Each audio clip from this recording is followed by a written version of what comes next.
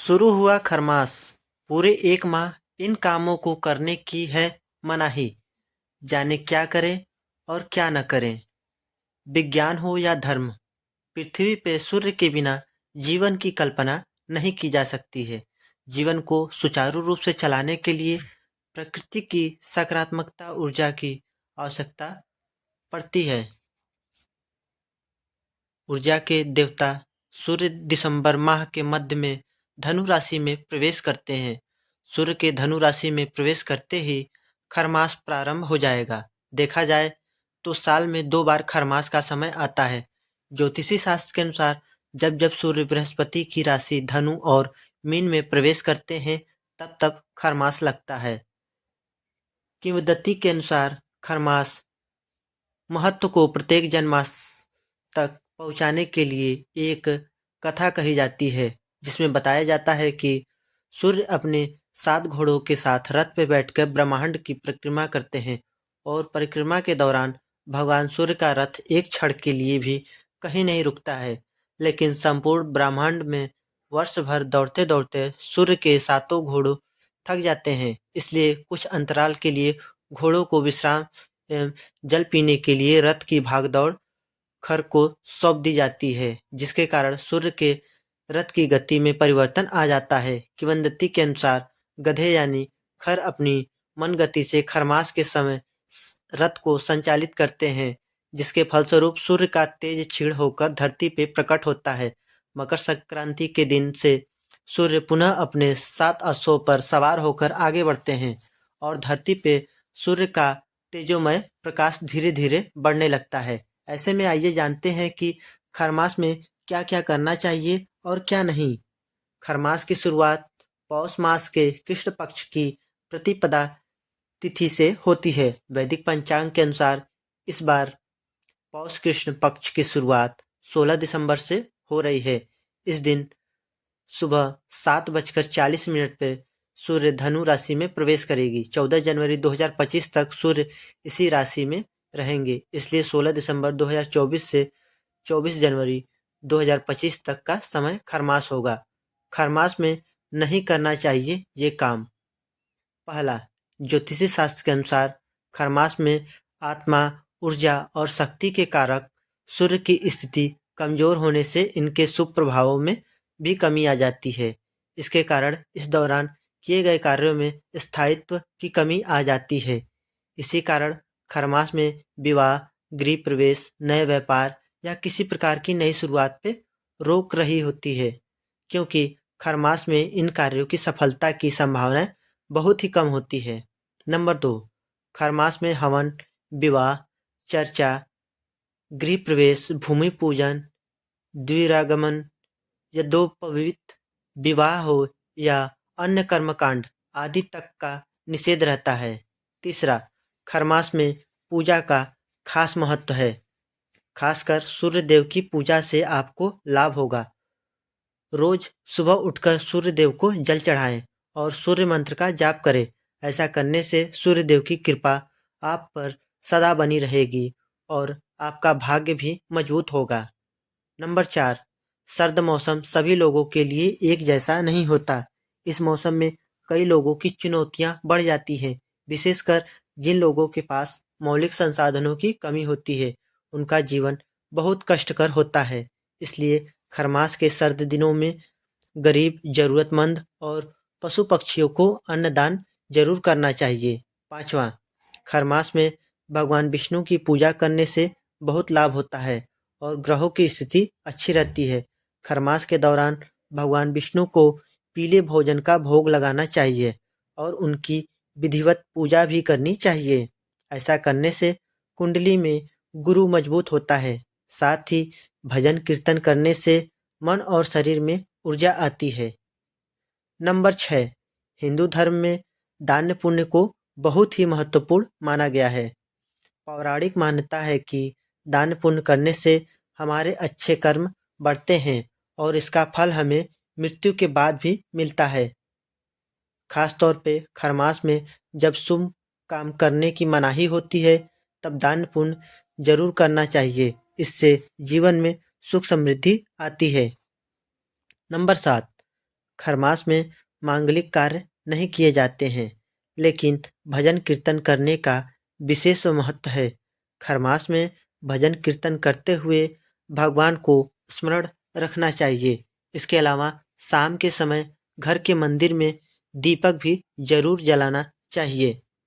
Number 8, खरमास में आप कोई भी नया कार्य, बिजनेस की शुरुआत ना करें, कोई भी नई डील ना करें।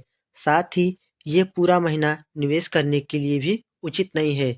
इससे आपको फायदा होने के बजाय नुकसान हो सकता है। नई जमीन, घर, वाहन, सोने चांदी, रत्न, वस्त्र आदि खरीदने से भी हम लोगों को बचना चाहिए। नंबर 9, सगाई, ब्याह, गृह प्रवेश, मुंडन, घर खरीदने, उपनयन, संस्कार यानी जनेऊ पहनना जैसे कार्यों से भी बचना जरूरी है। जो लोग नियम के विरुद्ध जाकर शादी विवाह करते हैं, उनकी शादीशुदा जिंदगी में परेशानियां शुरू हो जाती है। दाम्पत्य जीवन पर नकारात्मक असर पड़ सकता है। ऐसे में बेहतर है कि आप एक महीना रुककर ही विवाह करें। नंबर 10, कुछ लोग खरमास के दौरान ही बेटी को अपने घर से विदा करते हैं। इससे भी बचना चाहिए। विदाई खरमास लगने से पहले या फिर समाप्त होने के बाद ही करें। कभी भी किसी देवी देवता का अपमान, अनादर ना करें, वरना आपको कई तरह की परेशानियों का सामना करना पड़ सकता है। किसी भी भिखारी को दरवाजे से बुरा भला बोलकर न भगा दे। ये अशुभ हो सकता है आपके परिवार के लिए। नंबर 11, मान्यता है कि इन दिनों तामसिक भोजन करने की मनाही होती है। लहसुन, प्याज, शराब, मांस, मछली आदि का सेवन नहीं करना चाहिए। खरमास में क्या करना चाहिए? नंबर 1, अच्छे पूर्ण प्राप्त करने के लिए आप खरमास के महीने में मंत्रों का जाप करें, पूजा पाठ आदि करते रहे। ये सभी शुभ कार्य करने से आपको लाभ होगा। दूसरा, आप हर दिन सूर्य देवता की पूजा उपासना जरूर करें। उन्हें जल से अर्घ्य दें। सूर्य मंत्रों का जाप जरूर करें। नंबर 3, भगवान श्री कृष्ण, भगवान विष्णु जी की भी पूजा अवश्य करें। आपकी परेशानियां, कष्ट, दुख, दर्द कम हो सकते हैं। इच्छाओं की पूर्ति भी होगी। नंबर 4, चूंकि इस समय बृहस्पति ग्रह का भी प्रभाव कम होता है, ऐसे में इनकी भी पूजा करें, मंत्रों को जपें। इससे आपके सभी कार्य सफल होंगे। नंबर 5, तुलसी जी की पूजा करनी चाहिए और हर दिन शाम में दीपक भी जलाएं। घर में सुख शांति बनी रहती है। नंबर 6, बिस्तर पे सोने के बजाय फर्श पे बिस्तर बिछाकर सोना चाहिए। इतना ही नहीं, इस पूरे महीने प्लेट की बजाय पत्तल में भोजन करने को शुभ माना गया है। नंबर 7, खरमास में दान पुण्य करने का विशेष महत्व माना गया है।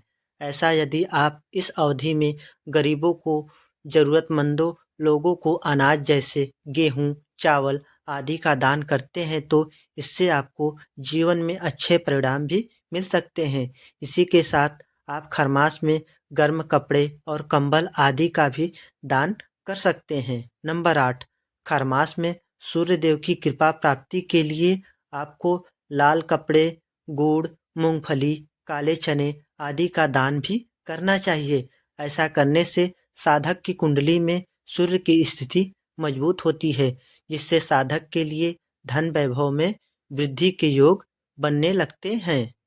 नंबर 9, खरमास को बृहस्पति देव की कृपा प्राप्त के लिए भी खास माना जाता है। बृहस्पति देव को ज्ञान का कारक माना जाता है। ऐसे में यदि आप भी बृहस्पति देव की कृपा करना चाहते हैं तो इसके लिए आपको खरमास में पीली रंग की चीज़ों का भी दान करना चाहिए। नंबर 10, खरमास की अवधि में पीतल या फिर स्टील के बर्तनों का दान करना भी काफ़ी शुभ माना जाता है।